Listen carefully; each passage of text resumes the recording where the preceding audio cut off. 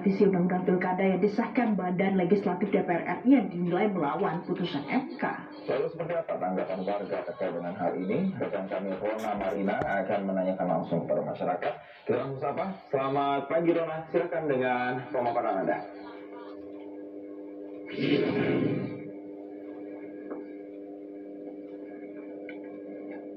Diumumkan kepada masyarakat sekitar 2 hari yang lalu, ini sebetulnya memberikan harapan bagi warga negara Indonesia untuk mempertahankan demokrasi yang ada di Indonesia, yang mana memang putusan MK ini memberikan harapan bahwa partai politik ini bisa mengusung calon gubernur atau calon wakil gubernur yang di wilayah DKI Jakarta dengan ambang batas atau threshold 7,5%. Dan ini artinya bahwa partai politik ini bisa mengusung sendirian tanpa harus berkoalisi dengan partai manapun.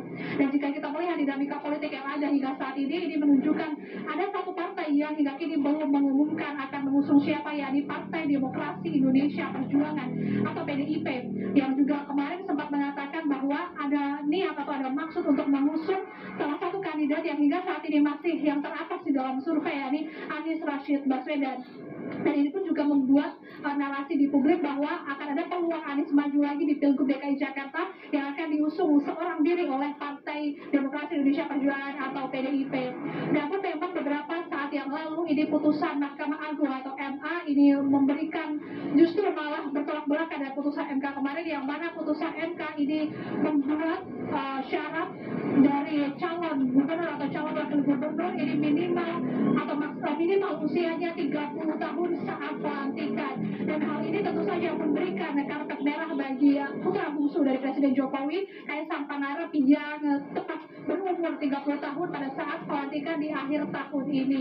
Padahal seharusnya putusan tersebut usia minimal 30 tahun ini harus pada saat penetapan atau pengangkatan ataupun pendaftaran di KPU DKI Jakarta pada bulan Agustus ini.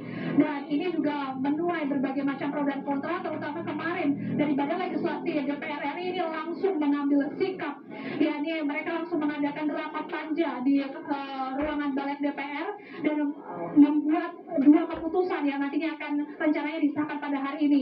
Dan 2 keputusan ini adalah revisi undang-undang pilkada yang pokok materinya ini lumayan krusial. Yang pertama ini adalah dari Balek DPR ini menginginkan agar ambang batas atau threshold ini tetap di angka 20% atau minimal 25 kursi di DPRD.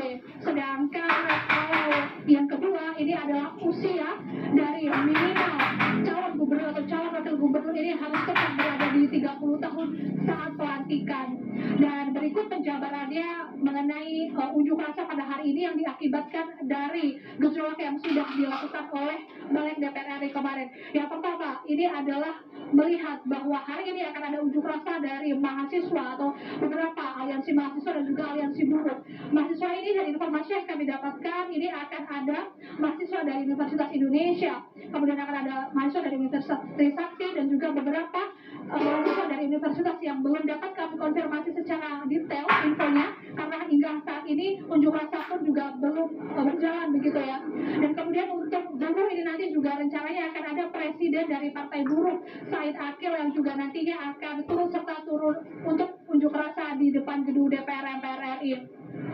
Kemudian untuk yang kedua, ini memang masa atau unjuk rasa pada hari ini akan menolak revisi UU Pilkada, yang mana ini DPR atau Balek DPR ini seperti yang saya katakan tadi, mereka ini akan rencananya merevisi 2 pokok materi yang krusial. Yang pertama adalah ambang batas atau threshold yang akan dikembalikan ke 20%, dan kemudian yang kedua adalah usia dari minimal calon gubernur atau calon wakil gubernur ini 30 tahun pada saat pelantikan. Kemudian memang aksi demo ini akan kemudian untuk hari ini sebelumnya RUU Pilkada ini akan disahkan di ruang rapat paripurna pada pukul 9.30 waktu Indonesia Barat, atau jika sesuai dengan jadwal sebentar lagi ini akan berlangsung. Dan untuk yang terakhir, untuk demonstrasi atau unjuk rasa yang akan dilakukan pada hari ini tidak hanya dilangsungkan pada Kamis 22 Agustus saja, namun akan dilangsungkan juga pada besok 23 Agustus 2024. Dan untuk hari ini akan berlangsung demonstrasi atau unjuk rasa di depan kantor DPR MPR dan juga di depan kantor Mahkamah Konstitusi. Kemudian untuk esok hari ini akan rencananya dilangsungkan unjuk rasa di depan kantor KPU Republik Indonesia maupun KPU DKI Jakarta.